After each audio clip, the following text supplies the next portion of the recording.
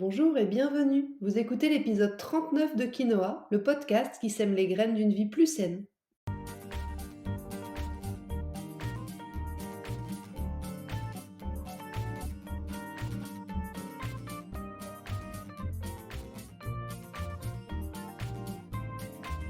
Je suis Julie Coignet, naturopathe et coach santé.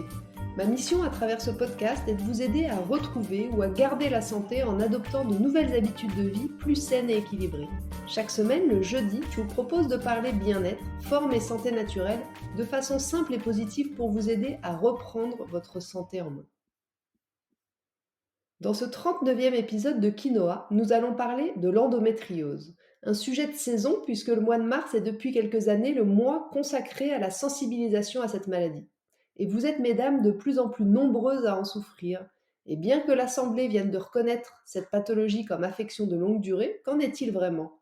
Qu'est-ce que l'endométriose? Cette pathologie encore trop souvent mal connue, mal diagnostiquée. Quels sont les symptômes qui doivent vous alerter et comment vous soulager naturellement? Je vous explique tout ça dans cet épisode. Allez, c'est parti pour l'épisode du jour. Vous en avez peut-être déjà entendu parler sans trop savoir de quoi il s'agissait, ou peut-être en souffrez-vous depuis trop longtemps, ou encore vous en avez peut-être les symptômes sans savoir que c'est ça. On parle de plus en plus de l'endométriose. L'endométriose est de plus en plus courante, mais est-ce que c'est parce qu'on la diagnostique mieux ou est-ce parce qu'il y en a de plus en plus à cause de nos modes de vie un peu fous? J'ai pas la réponse à cette question, mais ce que je sais, c'est que l'endométriose est une maladie gynécologique fréquente qui concerne une femme sur 10. Une femme sur 10, vous vous rendez compte, c'est pas rien. Et c'est une maladie qui peut être asymptomatique, mais la plupart du temps qui est associée à de fortes, voire d'insupportables douleurs, notamment au moment des règles, et qui peut même provoquer l'infertilité. Alors en janvier, comme je le disais en introduction, nos chers députés ont reconnu à l'unanimité l'endométriose comme une affection de longue durée. Il reste à espérer maintenant que cette résolution votée à l'Assemblée nationale fasse bouger les choses. Mais malgré le vote, tout reste à faire. Cette résolution, elle devrait inciter le gouvernement à entamer une réflexion pour enfin inscrire dans le marbre des affections longue durée, l'endométriose. Et si elle était reconnue comme telle, ça voudrait dire que les femmes qui souffrent d'endométriose auraient la possibilité d'une prise en charge à 100% par l'assurance maladie. Espérons que ça avance rapidement dans ce sens. Bon, mais maintenant, prenons un petit moment pour comprendre ce qu'est l'endométriose. L'endométriose, c'est une maladie inflammatoire et chronique de l'appareil génital féminin qui atteint les femmes en âge de procréer. Elle touche, comme je le disais, près d'une femme sur 10, soit entre 1,5 et 2,5 millions de personnes. Et elle se caractérise par le développement d'une muqueuse utérine, le fameux endomètre, en dehors de l'utérus. L'endométriose est donc très fortement liée au cycle menstruel, règles et ovulation. Et pour info, l'infertilité qui en découle touche quand même 40% des femmes qui souffrent d'endométriose. L'endomètre est donc le tissu qui tapisse l'utérus. Et pendant le cycle, ce tissu va s'épaissir pour préparer la nidation. C'est son rôle. Son rôle, c'est de préparer un nid douillet pour l'ovule fécondé afin qu'il se niche dans ce manteau tissulaire qui va tapisser l'utérus. Et ce mécanisme, il est dû à l'augmentation de la production d'œstrogène à partir du moment de l'ovulation. Ensuite, s'il y a fécondation, la muqueuse utérine accomplit sa mission de petit cocon et si l'ovule n'est pas fécondé, la muqueuse va se détacher, l'endomètre va se désagréger, ça va saigner et ce sont les règles. Chez la femme atteinte d'endométriose, des cellules de l'endomètre à ce moment-là vont migrer par les trompes. On ne sait pas pour quelle raison, mais elles vont coloniser d'autres zones à proximité de l'utérus. Cette migration, elle va créer une inflammation et c'est elle qui va provoquer de violentes douleurs. Mais c'est pas tout. Ça peut aussi entraîner des troubles digestifs, des dysfonctionnements physiologiques un peu partout dans le corps, tels que le syndrome de l'intestin irritable, qu'on appelle aussi parfois la colopathie fonctionnelle, entre autres. Les femmes qui sont atteintes d'endométriose, qui viennent me consulter, elles ont souvent plusieurs problématiques. L'infertilité, souvent, mais aussi une grosse fatigue, beaucoup de stress lié à la maladie et à ce que ça implique au quotidien. Mais la principale raison reste tout de même la plupart du temps les douleurs insupportables. Vous êtes nombreuses à en avoir marre de souffrir physiquement, mais aussi mentalement, émotionnellement. Vous êtes à bout, vous en avez marre qu'on vous dise de prendre votre mal en patience, marre de souffrir pendant les rapports sexuels, Marre qu'on vous dise que c'est normal d'avoir mal pendant vos règles. Eh bien non, moi je suis pas d'accord avec ça. Tout ça, c'est pas normal. C'est pas normal d'avoir mal au point de pas pouvoir marcher correctement quelques jours par mois, rester debout, sortir entre amis, travailler ou même pratiquer certains sports. Et je ne parle pas de l'atteinte en plus psychologique de la maladie qui peut devenir insupportable sur la durée.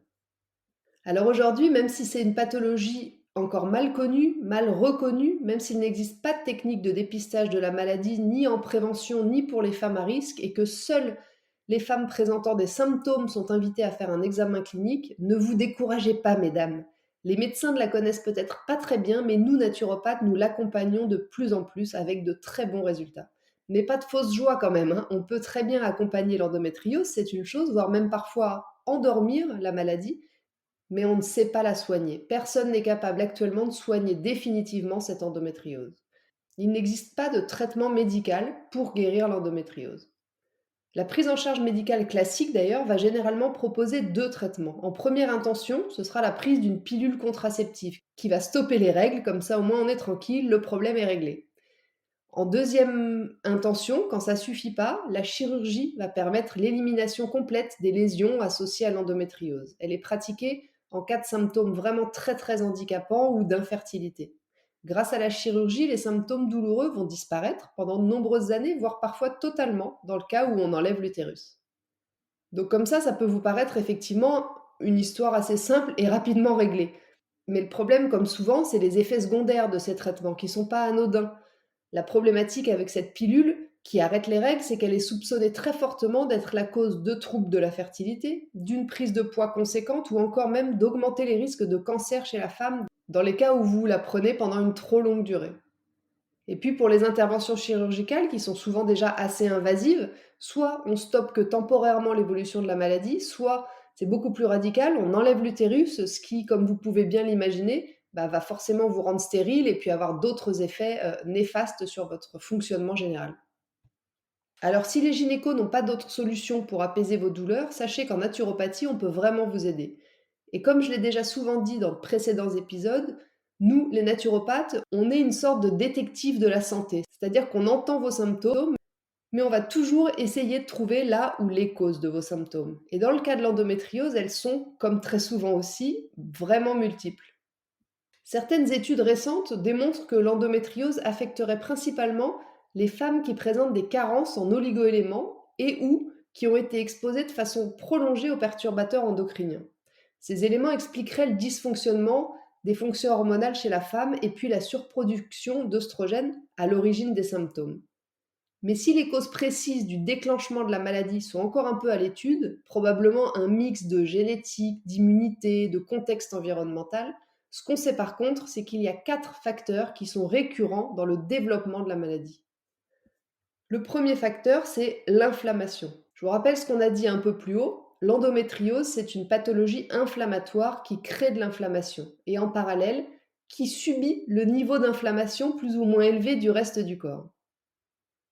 Deuxième facteur, le stress oxydatif. Comme pour l'inflammation, l'endométriose produit énormément de radicaux libres, mais va aussi subir ceux qui sont produits par notre stress oxydatif. C'est un cercle vicieux.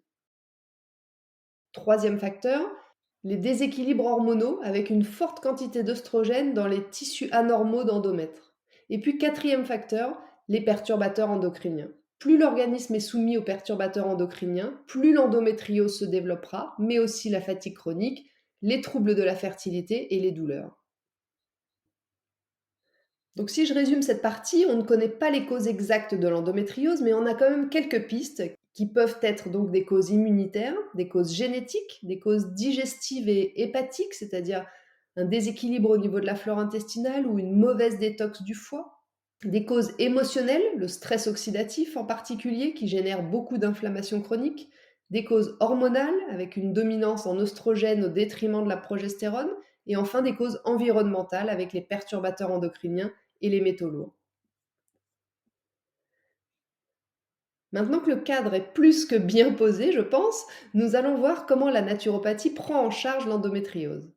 Dans le cas précis de l'endométriose, la naturopathie va venir en soutien de la médecine conventionnelle pour améliorer l'hygiène de vie globale et permettre un soulagement des douleurs par un rééquilibrage du corps et un soutien de l'esprit. Comme on se base sur la source, la cause du problème, on va travailler, selon les cas, sur les différentes causes qu'on vient de citer, pour réduire l'inflammation et la douleur, pour équilibrer le microbiote intestinal, réduire la dominance en oestrogène, limiter le stress oxydatif, favoriser la détox hépatique du foie, et puis soutenir la fertilité en cas de désir de grossesse. Mais globalement, ce que je vois quand je reçois une femme atteinte d'endométriose, c'est un terrain inflammatoire. Et c'est donc, pour ma part, ce que je vais toujours traiter en premier lieu. Pour ça, je vais établir un protocole personnalisé pour chacune, en proposant de commencer par un rééquilibrage alimentaire et d'adopter une alimentation anti-inflammatoire, antioxydante et riche en aliments basifiants qui vont réguler l'équilibre acido-basique. Un programme alimentaire précis en fonction des habitudes de chacune, adapté aux habitudes de vie de chacune, sera donc essentiel à mettre en place et à adapter en fonction des stades de l'endométriose, de l'âge, mais aussi du niveau d'énergie de la personne. Globalement, et en quelques mots, vous favoriserez la consommation de légumes et de fruits frais, bio et crus de préférence si vous les digérez bien, mais aussi de bons gras riches en oméga 3, comme les huiles de cameline, de chanvre, de colza, les petits poissons type sardines. Et puis vous favoriserez aussi les épices, comme la cannelle ou le curcuma, les graines germées ou encore les oléagineux par exemple. À l'inverse, vous éviterez le surplus de viande rouge, les céréales avec gluten, le maïs, les produits laitiers et le sucre blanc raffiné qui sont des catégories d'aliments très pro-inflammatoires. Vous éviterez aussi au maximum tout ce qui pourrait influencer le bon fonctionnement de votre système hormonal, en évitant tout ce qui va contenir bien sûr des perturbateurs endocriniens, les additifs alimentaires, les parfums de synthèse, les emballages plastiques, les molécules de synthèse, les modes de cuisson qui contiennent du plastique, etc. Petite parenthèse au niveau du soja, parce qu'on me pose très souvent la question. On lit ou on entend souvent que la consommation de soja est déconseillée chez les femmes atteintes d'endométriose à cause des phytoœstrogènes qu'il contient. D'après mon expérience, je remarque que ça varie vraiment d'une femme à l'autre, donc j'ai pas une réponse tranchée sur cette question. Certaines vont aller mieux en consommant du soja, quand d'autres vont, à l'inverse, voir leur douleur s'intensifier. Et puis pour certaines, ça va rien changer du tout. Donc je dirais que c'est à adapter selon les cas. Et puis enfin, vous prêterez aussi une attention toute particulière au mode de cuisson que vous utilisez. Et oui, pour votre santé en général, mais encore plus en cas de maladie inflammatoire, il faut vraiment favoriser et privilégier toutes les cuissons douces. Ça permet à la fois de rehausser les saveurs, mais aussi de préserver les vitamines et les nutriments qui se trouvent dans vos aliments, tout en évitant et en vous préservant des molécules toxiques liées à la cuisson à trop haute température. Mais tout ce régime alimentaire n'est malheureusement pas suffisant. Alors il est déjà compliqué à mettre en œuvre, hein, je l'entends, mais ça serait quand même trop facile s'il suffisait, entre guillemets, de maîtriser tout ce qu'on mange pour régler le problème. Comme dans toutes les pathologies inflammatoires, le stress et le manque justement de lâcher prise vont être tout aussi, voire encore plus importants dans la gestion de l'inflammation. Et c'est pas ça le plus simple, j'en ai bien conscience. Mais il va falloir mettre en place des choses pour apprendre à diminuer et à mieux gérer votre stress tout en pensant à activer votre nerf vague.